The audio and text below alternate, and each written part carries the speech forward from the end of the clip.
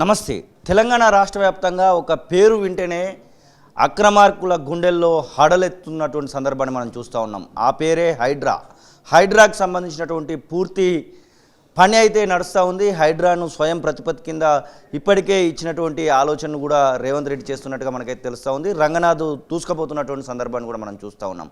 భారీ కట్టడాలను కూడా ఏదైతే ఆక్రమణలో ఉన్నటువంటి వాటిని కూల్చేస్తున్నటువంటి సందర్భాలు కూడా మనం చూస్తూ ఉన్నాం. మనతో పాటుగా మాట్లాడడానికి ఎమ్మెల్సీ ప్రొఫెసర్ కోదండరామ్ ఉన్నారు. సార్ నమస్కారం. ఎట్లా అనిపిస్తుంది హైడ్రా అనేటువంటి ఒక సంస్థను తీసుకొచ్చి మొత్తానికి ఈ ఏదైతే బఫర్ జోన్లలో చెరువులు నాలాలు కబ్జాలైనటువంటి వాటిని మళ్ళీ ప్రభుత్వం స్వాధీనం చేసుకునేటువంటి ఆలోచనలో కనబడతా ఉంది. ఈ యొక్క హైడ్రా ఫండ్లు చూస్తూ ఉంటే ఏమనిపిస్తుంది? ఇప్పుడు విషయము ఏంటంటే హైదరాబాద్లో ఒకప్పుడు 600-700 దాకా చెరువులు ఉన్నాయి.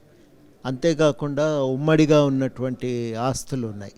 అంటే ఆట స్థలాలు, పార్కులు, తర్వాత కమ్యూనిటీ హాల్ల పేరుతో ఉన్నటువంటి స్థలాలు, ఇట్లాంటి స్థలాలన్నీ కూడా ఒక రకంగా చెప్పాలంటే పరోక్షంగా కొన్ని ప్రత్యక్షంగా మున్సిపల్ కార్పొరేషన్ అధీనంలో ఉన్నాయి, కొన్ని పరోక్షంగా వాళ్ళ అధీనంలో ఉంటాయి. ఇట్లాంటి ఒక ఆస్తులను కాపాడుకోవటం చాలా కీలకం. ఈ ఉమ్మడి ఆస్తులను పరిరక్షించి హైదరాబాదు వాతావరణాన్ని మనం పెంపొందించుకోవాల్సింది పోయి, ఎందుకంటే పార్కులు ఎంత బలంగా ఉంటే చెరువులు మనం ఎంతగా కాపాడుకోగలిగితే హైదరాబాద్ వాతావరణం కూడా అంత పరిశుభ్రంగా ఉంటుంది. అవి చేయటానికి బదులుగా ఇప్పుడు జరుగుతున్న పరిణామం ఏంటంటే మొత్తంగా కూడా ఆ ఆస్తులను కబ్జా చేస్తున్నారు. చాలా దురదృష్టకరం.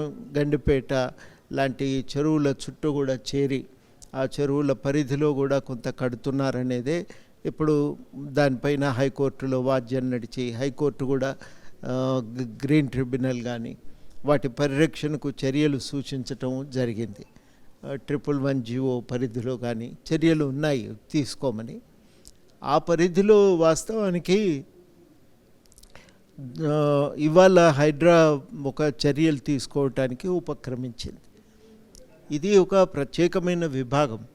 ఇంతవరకు జిహెచ్ఎంసి హైదరాబాదులో స్వచ్ఛతను తర్వాత పరిశుభ్రతను కాపాడటమే కాక ఈ ఆస్తుల పరిరక్షణ కూడా పూర్తిగా జిహెచ్ఎంసి పరిధిలో ఉండేది.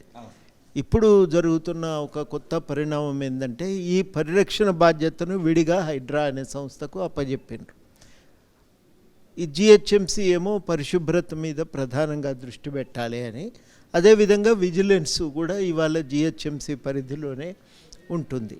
ఇది పరిశుభ్రత అవన్నీ ఒకవైపు, ఈ ఆస్తుల పరిరక్షణ, చెరువుల పరిరక్షణ ఇంకొక వైపు. ఇవి రెండు విభిన్నమైన సంస్థలు ఈ బాధ్యతలను నిర్వర్తిస్తూ ఉన్నాయి. ఇవాళ జరిగింది ఏంటంటే ఇందులో భాగంగానే గండిపేట చుట్టూ ఉన్న ఆక్రమణలను తొలగించే ప్రయత్నం జరుగుతున్నది. జరుగుతున్న చర్చ మాత్రం చాలా విచిత్రంగా ఉంది. ఇది వాళ్ళు లేరా, మాదెందుకు కూలగొడుతున్నారు అనే చర్చ ఒకటి జరుగుతుంది. వాస్తవానికి ఏ నాయకుడైనా ఏం చెప్పాలంటే చెరువును కాపాడుకుందాం, ఎందుకంటే అది హైదరాబాదు యొక్క హైదరాబాదు పరిరక్షణకు అది కీలకం. ఆ చెరువులు మనం ఎంత జాగ్రత్తగా కాపాడుకుంటే హైదరాబాద్కి అంత రక్షణే. ఒకప్పుడు హైదరాబాద్కు వచ్చిన వరదల నుంచి ఎట్లా రక్షణ కల్పించాలి అంటే మోక్షగుండం విశ్వేశ్వరయ్య గారు ఆ 2 చెరువుల నిర్మాణం చేసి నీళ్ళని ఆపుకోగలిగితే హైదరాబాద్ తాగునీటి అవసరాలు తీరుతాయి, అదేవిధంగా వరదల నుంచి రక్షణ కూడా దొరుకుతుందని. అట్లా అవి కాపాడుకోగలిగితే హైదరాబాద్కు రక్షణ, హైదరాబాదు పరిరక్షణ కూడా సాధ్యమవుతుంది.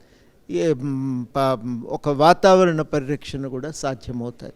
కాబట్టి 2 రకాల కార్యక్రమాల కోసం కట్టిన చెరువులను మనం ఎంతగా నిలబెట్టుకోగలిగితే అంత లాభం. ఆ చెరువు FTL పరిధి నుంచి ప్రతి చెరువుకు కూడా 15 నుంచి 30 మీటర్ల దాకా ఆ చెరువు దాని పరిధి కిందికే వస్తుంది.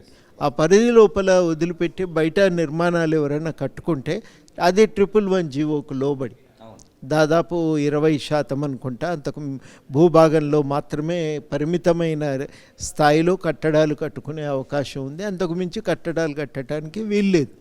అప్పుడు ఎవరైనా కోరుకోవాల్సింది ఏంటంటే 111 జీవో పరిధిలో ఈ చెరువుల పరిరక్షణకు చర్యలు తీసుకోమని చెప్పి అడగాలి. అడిగే బదులుగా చర్చ ఏం జరుగుతున్నదంటే నాదొక్కరిదే ఉందా ఇంకా లేదా అనే చర్చ జరుగుతుంది. ఇది విచిత్రం. ఏ నాయకుడు కూడా ఆ రకంగా మాట్లాడకూడదు. నాదున్నా ఎవరిదున్నా కొలగొట్టండి అని చెప్పాలి. అది చెప్పవలసింది పోయి తమ ఆస్తుల పరిరక్షణ కోసం వాళ్ళు మాట్లాడటం అనేది చాలా శోచనీయమైన విషయం. దీన్ని తప్పకుండా అందరం కూడా ఖండించవలసిన అవసరమే ఉంది. ఈ దృష్టికోణాన్ని ఖండించాలి. అక్కడ కొనాలెందుకు, కట్టాలెందుకు? ఇవాళ వాస్తవానికి అడగవలసిన ప్రశ్న ఏంటంటే, ఆ పరిధిలో చెరువులు ఇన్ని ఆస్తులు లేవా, ఆయనవి లేవా, ఈయనవి లేవా అని అంటుండ్రు. ఎవరు అంటున్నారు? నిన్న మొన్నటిదాకా మున్సిపల్ మంత్రిగా వ్యవహరించినటువంటి వ్యక్తి ఏమంటుండంటే వాళ్ళే లేవా, వీళ్ళే లేవా అని. నువ్వేం చేసినావు? మున్సిపల్ మంత్రి మీరే కదా, ఇవన్నీ చర్యలు తీసుకోవాల్సింది మీరే కదా. ఆ చర్యలు తీసుకోవాల్సినటువంటి వ్యక్తి ఇంకొకరి మీద ఇవాళ నేరారోపణ చేయటానికి పూనుకోవటం కంటే విచిత్రము శోచనీయమైన విషయం మరొకటి లేదు. ఇదివరకే జరగకుండా జాగ్రత్త పడి ఉండవలసింది. 111 జీవోను కానీ అసలైన తొలి వెలుగు. ఫాలో వాట్సాప్ @తొలి వెలుగు అఫీషియల్.